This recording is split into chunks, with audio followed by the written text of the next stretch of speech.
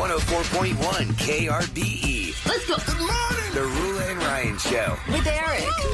It's about to get all stupid up in here. Hey, sleepyhead. Featuring Special K. Nobody asked you, Kevin. And Sam. You've waited long enough. How the heck do you pronounce this woman's name? Roula. Macaroni and cheese hot dog. Ryan. I am the worst DJ ever. With Eric. We're the champions of the world! 104.1 KRBE. Good morning. Who wants to party? Hey. Apparently quite a few people because it's just me and Kevin in here right now. So far, I know, and I had to work till late last night, too. I still made it in, everyone. Still made it. We're going to call Roula here in a second. I think maybe the snooze button. That's fine. Hit. But in the meantime, if you were listening to part 1 of Roses on the Roula and Ryan Show with Eric, let's do part 2. The war is on. It's Roses on the Roula and Ryan Show with Eric. 104.1 KRBE. All right, parental discretion is advised. Christine and Frank have been married for quite some time. They have a small child, and here's the deal. Frank got a new boss. Now, he claims that he's trying to impress, so he took up golf. Bought all the expensive clubs, everything you can imagine. However, Christine is noticing he's coming back, and those clubs have never really been used. They're absolutely pristine. No stains on the bag, nothing. And then her friend spots Frank at a restaurant, Mexican restaurant, right around the time he is supposed to be golfing. And he is side-sitting with another woman. And he just looked guilty. She goes back to her table. And, the entire time, the two of them are just side by side, sipping margaritas. So she thinks Frank's up to something. Let's fast forward to part 2 of Roses. You just heard part 1 if you were listening before the show. And Roula gets Frank on the line and offers him red roses. And guess who he wanted to send them to? I want to send them to someone named Clarissa. I'll get her full information in a second, but there is a little greeting card that comes along with the packaging. So do you want to write a little note for her? Yeah, have it be, how about a mulligan for last week? Smiley face emoji, question mark. Am I going to sign that love from Frank or just Frank? No, you can do XO, Frank. Okay, Frank, I got Clarissa, and... You need to know her name is Roula. I'm Ryan. Eric is here, and so is your wife. Christine, tell them what's going on. Oh, my God, I'm so pissed right now.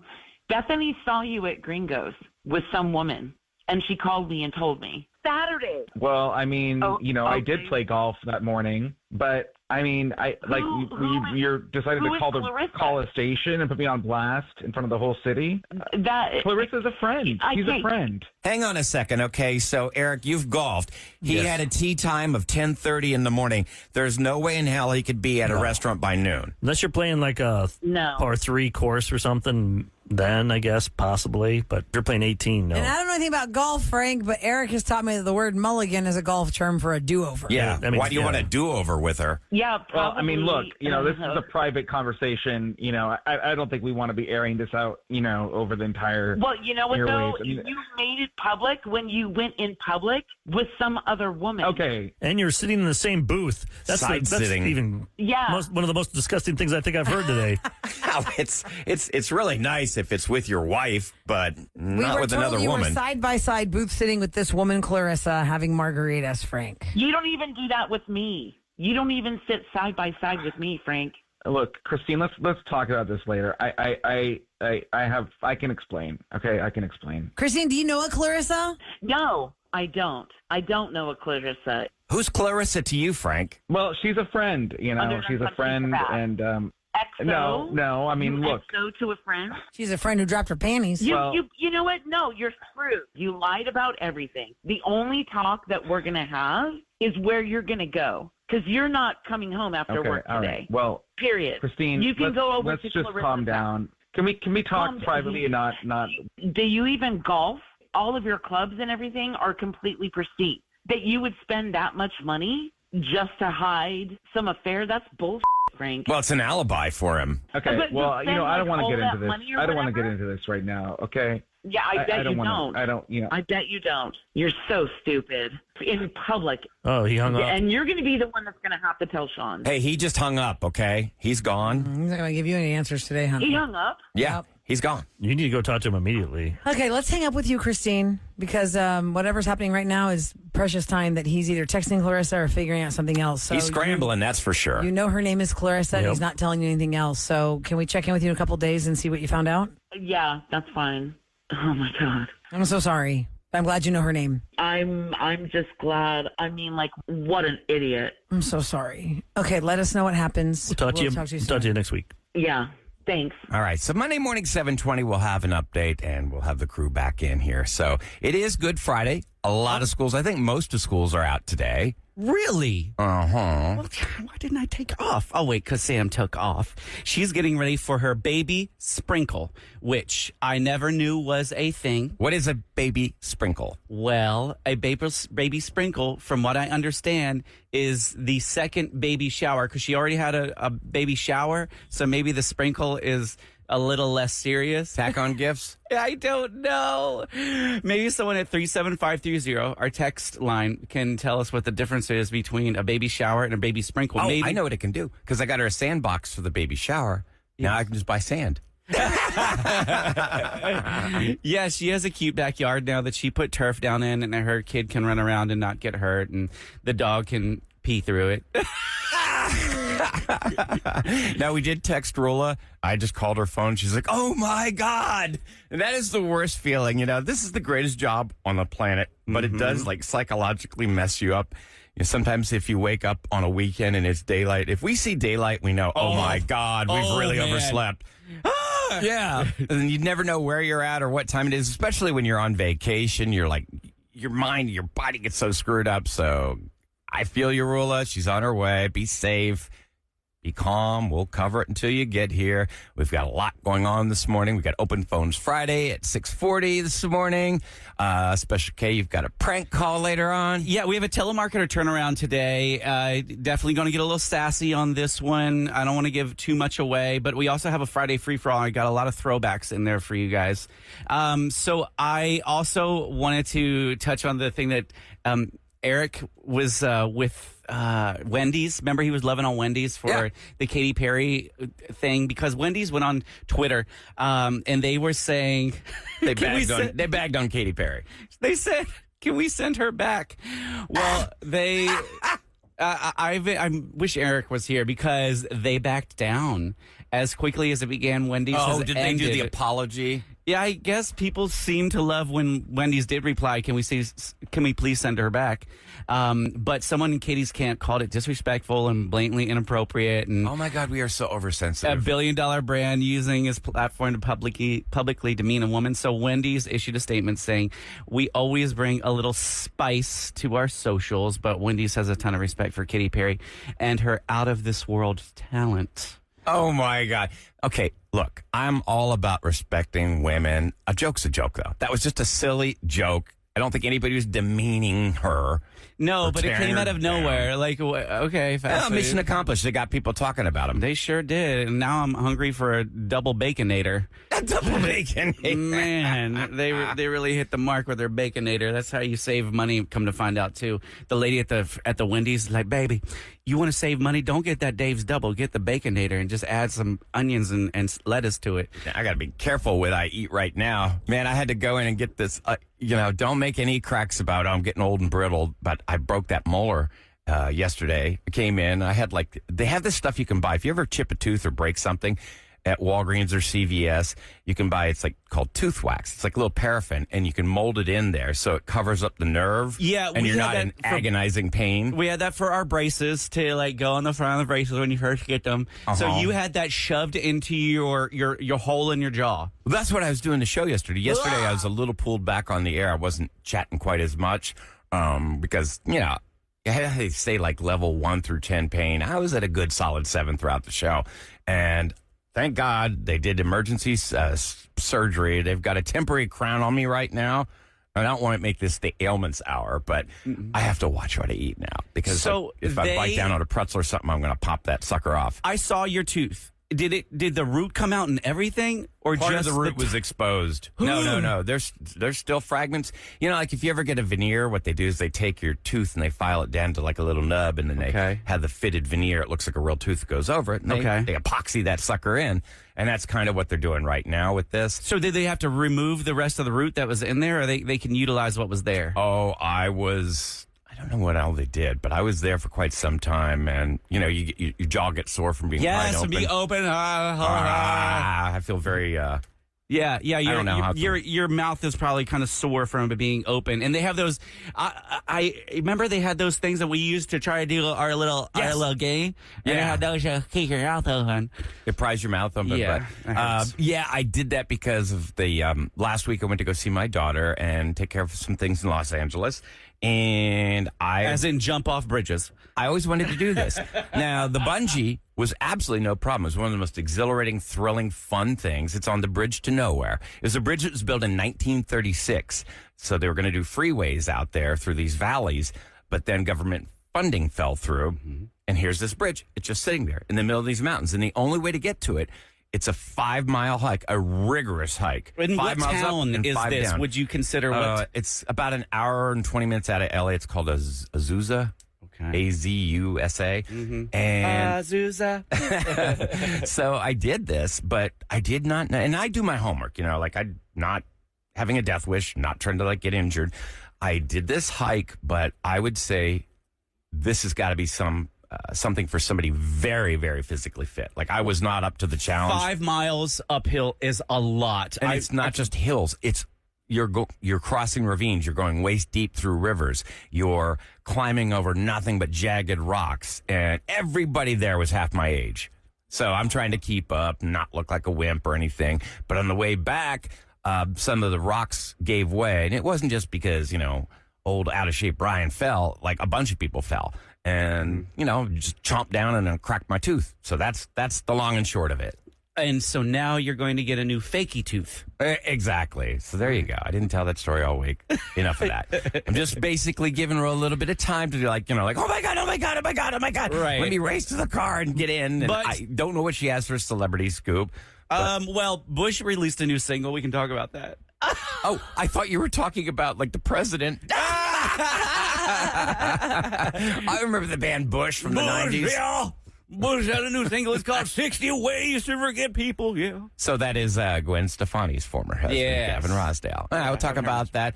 It does look like it's, I don't know if it's going to rain or not. Hang on a second. It's going to rain yet today. That's Sunday, isn't it? Today, yeah. I wanted to go to the beach it's today. Just cloudy. Yeah, you actually see some sun around lunchtime. So around 11 through around 2 p.m., you'll see the sun. It is going to rain. When? It says Houston. Not today. Okay, no. Sunday looks like a rainy day. It's like a 70% chance. Okay, it's going to be windy. Sunday. Yeah, it's going to be windy this morning. Sorry to get excited there. I was looking at the wrong forecast. And then it's going to be high in the mid 70s. It's kind of like where we're at right now. It's 75 degrees and 6:13 on the Roula and Ryan Show with Eric.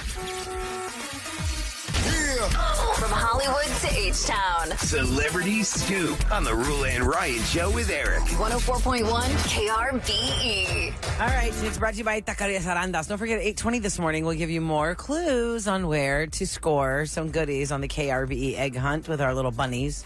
We send them around to different parts of town at different times, and if you find them, you score all kinds of great things. I mean, we have food gift cards. Something for everybody. Omni Cabana at the pool for 6 people in the summertime when it gets hot and you want a nice-looking pool. Mm-hmm. Oh, man, that's always a great idea. I never think about that until I see things like that. That cabana there at the Omni is awesome. Those little cabanas, it's such I think how fun that is because you have a server that comes and brings you drinks and food, and it's a way to feel like you're on vacation, but you're not on vacation. But vacation, anyway, 8:20 for sure this morning. You'll get more clues, and we'll tell you what you can score with the KRBE Bunny. All right, so this is interesting because everything with time will tell. It's been 4 months since, actually, I'm sorry, 3 months since the Super Bowl. And Kendrick Lamar, of course, being the halftime show with SZA as his guest. Mm-hmm. Basically calling out Drake. I mean, that was the big story. What is the their Super beef Bowl technically about? He called him a pedophile by saying, "Ooh," in a song, A minor. Yeah, not the key A minor. Yeah, right. But a young person. So underage. Drake is already suing Universal Music for promoting Kendrick Lamar's Not Like Us in general because it's a diss track.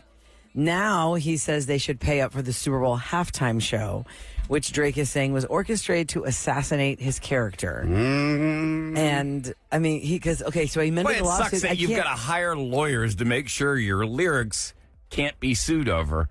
Well, I mean, it's not even that. It's one thing, yeah, of course. That why is that shocking? People get sued all the time for their music. No, I know, but when you're writing when he was on song, the world stage, this is quite a diss. Calling someone a pedophile. That's major. And I gotta say that I think I can justify why Drake wants to go after him. He went on the world stage to people who did not even know this song, and then really called it out. And so in Drake's lawsuit, he said that Universal, which is also Drake's label, helped defame him by promoting the song and introducing the song to millions of new listeners that caused, quote, even more people to be duped into believing that Drake was a pedophile. Ooh. And it's so Universal is getting sued here too, it looks like. Universal is the record label for Kendrick and for Drake. You go for the deep pockets. You know, you can only get so much. So he has to sue his own record label? Yes, he was already suing them because they were picking like favorite children already. I got you. Because they're both from the same label. Anyway, the lawsuit calls the Super Bowl performance the first Super Bowl halftime show orchestrated to assassinate the character of another artist. Drake says Universal negotiated and promoted the show after he filed his initial lawsuit back in January, and they need to be held accountable for that too. They were already under the lawsuit, knowing the Super Bowl concert was coming.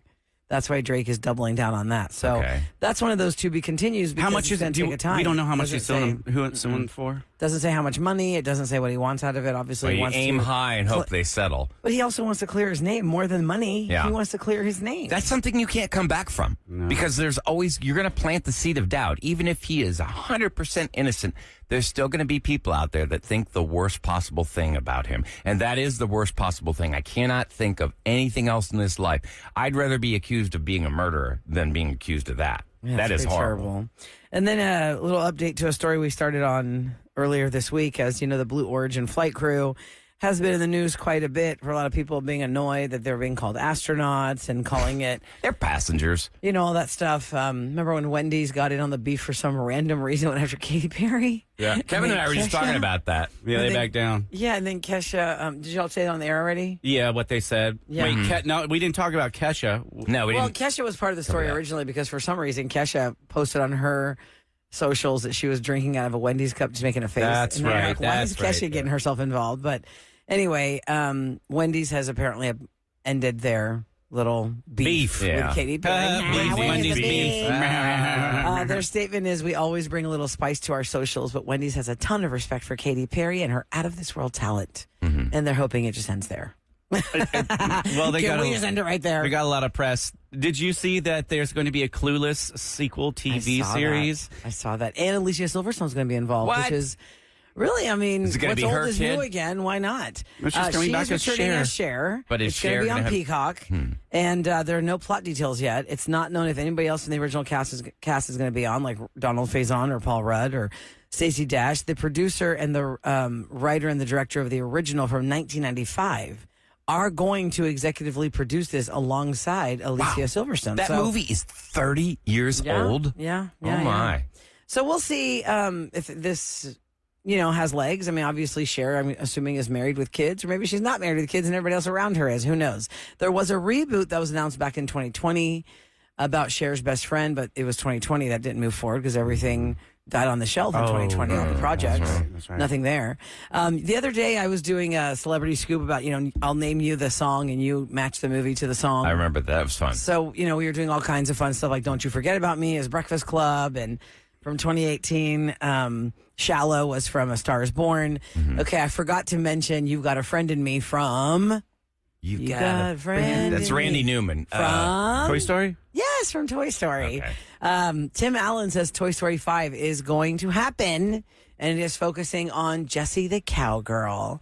Buzz and Woody are going to reunite, and the sequel is going to be in theaters June 19th of 2026. Not a lot is known about the plot except that he and Tom Hanks would be there. And Tim Allen said recently in a press junket, I can tell you that it's a lot about Jesse. Tom and I will realign, and there's an unbelievable opening scene with Buzz Lightyear. I can give you that, but I can't give you much more. That's interesting. Those toys and he says Lightyear plural, so maybe that's a key. Light years? Light years. Joan Cusack is the voice of Jessie, but it's not confirmed that she's going to be the voice in Toy Story 5. Those toys are like 30 years old now. When did the first Toy Story come out? I bet in Toy Story 90s? 5, Andy's getting married or Andy's having a baby with his new wife or something. Yeah, was it like 1990? Let me see the first Toy Story date. Because, the whole thing about Toy Story is Tom Hanks said, I'll take some. Tom Hanks has made some of the best business moves in the history So he took a percentage, he got percentage points? For Toy Story and remember for Forrest Gump. Oh, wow. Because Forrest Gump, they were running out of money. Mm-hmm. And they were like, no, we're cutting this scene, we're cutting this scene. So he cut his salary in exchange for percentage. Yeah, and they put like their own in there, and they were hiding. If you watch the show, The Movies That Made Us on Netflix, yeah, that was Forrest Gump is one of those. Kev, you saw Forrest Gump, right? Oh, gosh, yes. Okay, you know the running scene? Run, Forrest. Yes. So there's Run, Forrest, Run when he's running from the bullies, but there's also the running scene. Where he's running across the United States, right? He ran for like a year. Yes, that was supposed to get cut out. They had to secretly leave it in behind the back of the producers. Secretly? God, it went on for a long time. It's right. Like that scene where he's out in what appears to be like the desert, and you see all the gigantic mountains or, stone, rock face. I don't know what you call those things. The rock formations? Yeah. It looked like Grand Canyon type. Yeah, it was mesas, right? Aren't they called like mesas? I don't know. Put that in your game. Right, nobody's gonna know that one. Rapid fire. The original Toy Story was released on November 22nd of 1995, which is also what anniversary? November 22nd. You know. Oh, JFK. The assassination of JFK. I always remember that. Yeah, in Dallas, Texas. November 22nd. So, yeah, that original Toy Story, 1995. I can't believe it. It's been that long. But, yeah, they've made a lot of money on that. Tom Hanks has made a ton of money on that. And there's all the kinds of stuff. If you're really bored today and you want to look like you're working because you feel like you should have taken the day off, but you didn't, you can go down the rabbit hole of when actors do their animation sessions in the booth because Tom Hanks has had to say so many words to, like, kind of can them. Because they never know when they're going to have to use his voice in the re-edits. Mm-hmm. So it'd be like, Buzz, Buzz, Buzz, Buzz. Yeah, they do it in all the different intonations. But now so they probably with AI don't have to do that anymore. Now this is something... Unless it's in their contract, because that's what they were fighting about with SAG-AFTRA for all that long time. Don't you be doing that. When I was a voice actor and I worked in Los Angeles, I got to... what they do is when they're filming these movies, they don't bring in all the stars. Like, they're not playing off of each other. So I got to read, like, parts for people. They never used my vocals. I was just there to, like, feed them the lines so they could feed off of me. And I got to watch how they do this. They very rarely will have the whole cast in there reading together. Right. Well, here's a shocker. I got to see, like, Dan Castellaneta. I always got to see him, like, at least 3 times a week. And he's the voice of Homer Simpson. And he would go in and cut his lines, but he wasn't cutting them with the other characters. How about this shocker? When the first Toy Story was released, Tom Hanks and Tim Allen, because it was the first Pixar film, didn't really know where it's going to go. They were paid $50,000 for their roles. And I know Tom Hanks took a piece at the back end. I don't know what Tim Allen got, but obviously he's made more than that. For the second Toy Story, then Tom Hanks got $5 million, and for the third Toy Story, he got $15 million. Whoa. And it just goes up from there. But he has made, just from Forrest Gump and Toy Story alone, Tom Hanks never has to work again. Oh, yeah. Think about all the Bubba Gump. All the other movies he's in. The Bubba Gump franchise. But he doesn't have a piece of that. He doesn't? No, that's a Landry's thing. Landry's owns Bubba Gump now. They bought it out? Yeah, he got the back end because they didn't merchandise really. It's not the kind of movie you can merchandise like a Star Wars or something, no. Yeah, but yeah, Landry's bought the Bubba Gump brand for a long time. And honestly, guys, outside of going to it one time when I was at a radio convention because it was like the right next door restaurant, I have never eaten. Have y'all ever eaten at Bubba Gump? Yeah, they have one on the Pleasure Pier in Galveston. Have you eaten there? Yeah. Would you? Well, you don't eat seafood though, right? It is. It's not really the same. Have you eaten seafood there, Kevin? Never. I ain't going to Bubba Gump if I want some shrimp. I'm going to go to a real Galveston shrimp place. I mean, I'm nothing against Bubba Gump. It's probably like the Olive Garden of seafood. That seems accurate. And you know what? I'm sure it's great. But the other thing is, Girl, I ain't trying to get anywhere close to that Pleasure Pier. That's too many damn kids.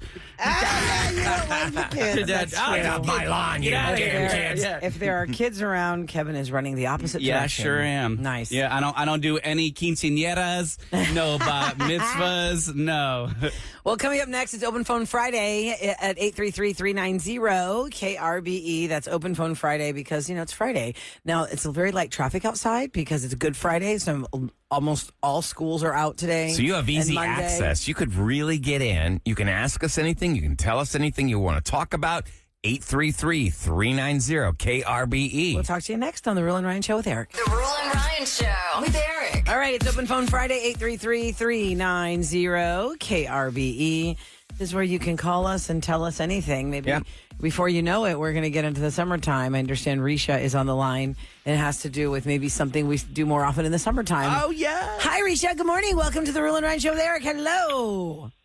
Good morning. Good morning, Roula and Ryan with Eric. It is a great day here at American Pool. How are you guys? Hey, we're doing great. Now, what do you want to share with us about the summertime? And lifeguards.